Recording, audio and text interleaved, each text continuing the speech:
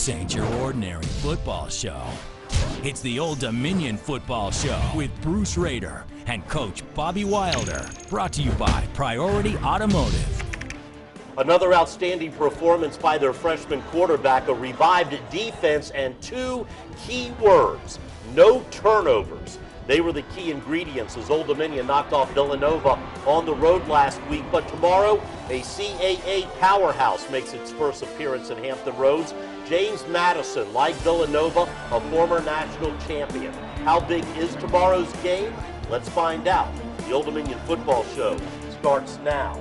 I'm Bruce Rader along with head coach Bobby Wilder. And coach, with only 3 games left, would you consider tomorrow's game a must-win if you hope to win the conference championship this year? Well, certainly with the way the conference is going right now, Bruce, you've got Maine and Towson that are both 4-0. They have 4 games left. You've got James Madison, UNH, each 3-1. We're 3-2 in third place. So for anybody to catch Maine or Towson at this point, they're going to have to lose a couple games, and all the rest of us are going to have to win out. All right, before we get to JMU, a quick look back at the Villanova game. Now, your defense took a lot of heat after that heartbreaking loss to Towson, and they took it out on Villanova right from the get-go. Oh, boy, did they ever, Bruce. The first 2 drives, Villanova had 6 plays for -2 yards. We got a turnover on a sack by B.J. McLaughlin, a strip by Devon Simmons, scored on the next play. We were up 13-0 before Villanova had a yard. Our defense was truly inspired to play well in this game. On offense, you established the running game, excellent balance. A lot of people got involved in that. You didn't turn the ball over, and when you can run the ball and you don't have any turnovers, it's tough to lose. No question, and as our good friend Dennis Elmer says, the priority for us in this game, Bruce, was to have that balance. 204 yards passing, 177 yards rushing. As you mentioned, no turnovers. We had great balance throughout the game and really kept Villanova off balance with what we were doing. And you know what, quickly, no penalties. And that was a problem last year and even during one game this year. Yeah, we haven't talked a lot about that this year, have we? Which is exciting. We're playing much better fundamental football. All right. Back to the defense for a moment. You are constantly in your opponent's backfield. It seems like your guys are sacking the quarterback each and every game. Yeah, you're right, Bruce. We had 5 sacks in this game. We now have 30, which puts us #1 in the conference, #4 in the nation in sacks right now. So our defense is doing some great things, and getting that pressure on the quarterback consistently has been good for us. Tomorrow's game is the revival of the Oyster Bowl. Us old-timers remember it well. And you can't team up with anyone better than our local Shriners. No, what a great cause this is, and a great game to have it with so much interest in this game, Bruce. This is a 62nd edition of the Oyster Bowl, and through these games, in working with the Shriners Hospital for Children, over $3 million has been raised, and our goal is to get that number even bigger. And also, you talk about the tradition. We've had Heisman Trophy winners playing this game. Roger Staubach with Navy, Ernie Davis with Syracuse, and to have it against James Madison in this game, in our stadium at SB Ballard, really makes it special. Boy, it's going to be fun tomorrow. Big game tomorrow against James Madison. You're going to need all the help that you can get.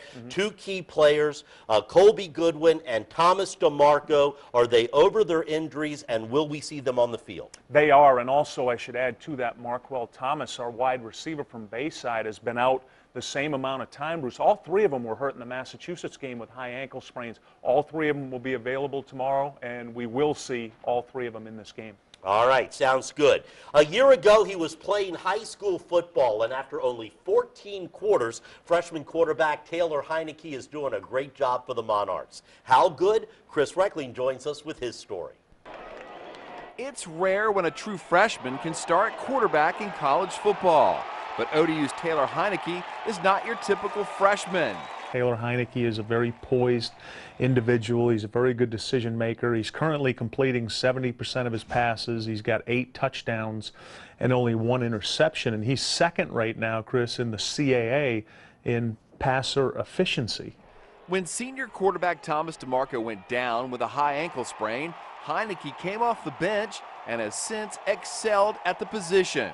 In his senior year, Heineke was named the Player of the Year in the state of Georgia. But none of that could prepare him for his first action in college.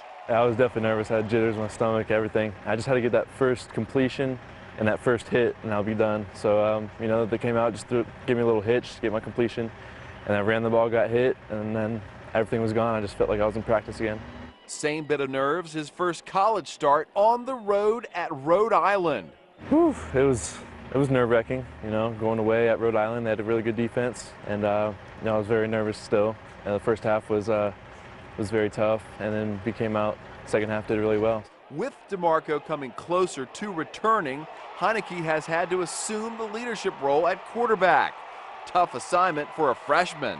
It's kind of tough, you know, just because, 2 or 3 years older. You know, they're always coming up to me on the sideline, telling me, I was open. It's just overwhelming at times. And then at times, I try to get in their head, let's keep going, let's get some more scores, even if we're up by 14 or something. Chris Reckling reporting for the Old Dominion Football Show. Well, Coach Taylor's done such a great job filling in for Thomas DeMarco, who was injured several weeks ago. Who will be your starting quarterback tomorrow against JMU? Taylor Heineke will start. The good news is Thomas DeMarco, with the fact he's practicing now this week, Bruce, has been elevated from the third emergency quarterback to the number 2 quarterback, and he'll be ready to go. But, Coach, is there any way you could get both of those guys on the field at the same time once Thomas gets better? Is the camera still on? Its camera's still on. There's a possibility that may happen. All right, well, we won't give away any secrets just yet. Since the dawn of sports, there have been those willing to go above and beyond to support their teams. That is why Big Blue was named the Capital One National Mascot of the Year last year, and you can vote for him again. Go to CapitalOneBowl.com and vote Big Blue as the mascot of the year. He has 23 tackles, 2.5 sacks, and 2 forced fumbles. But can Edmund McClam get by Ali Lucia on this week's 1-minute drill? And watch out, Coach, the questions are getting tougher as the fans back you into the coach's corner. We'll be back in 30 seconds.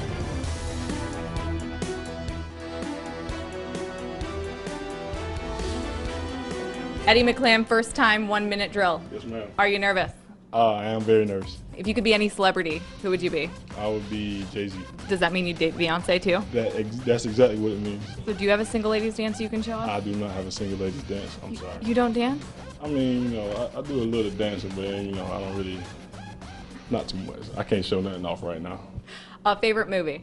Favorite movie is Friday Night Lights. Do you have a movie line from that? It's kind of long. It's the Ivory Christian, whenever he just goes off in the locker room. All right, well, let's just see your best going off in the locker room. They bleed just like we do. They put their pants on just like we do. Y'all go out there playing like a bunch of girls.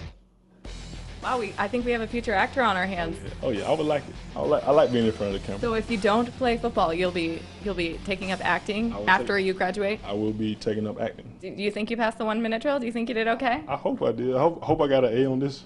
I think you got an A. So he's nice, he's scary, he's nice. I mean, what is he, Coach? Based on that, he'll be giving the pregame speech Saturday. I'm telling you what, he's a player's coach, huh? Yes, he is. Good to have him on the field. Tomorrow's kickoff against James Madison is at noon, meeting the tailgate lots open at 8 in the morning. Oh, my. Wow. Let's check in with our tailgaters of the week. Hey, guys. Bobby Lehman from OV. Out here in the orange light, the purple light today. And ready to show you what's going on out here with the friends. Come on by. Got our lovely wife Kyle here. Get ready to throw down a little barbecue. Got the boys in the gathering. Mr. Corey and Mr. Decker, Tony. Got a bunch of good foods. We got some pineapple shrimp, tortellini on a stick, buffalo chicken, sausages. Got the brownies for the people who might get a little crazy. And you got to come over here at the Lehman stand. We got some buffalo blue cheese coleslaw, some nice homemade brisket, some nice barbecue, 15 hours on the smoker. All for the Big Blue Monarchs of Old Dominion. Waiting for another outstanding season. Go Big Blue.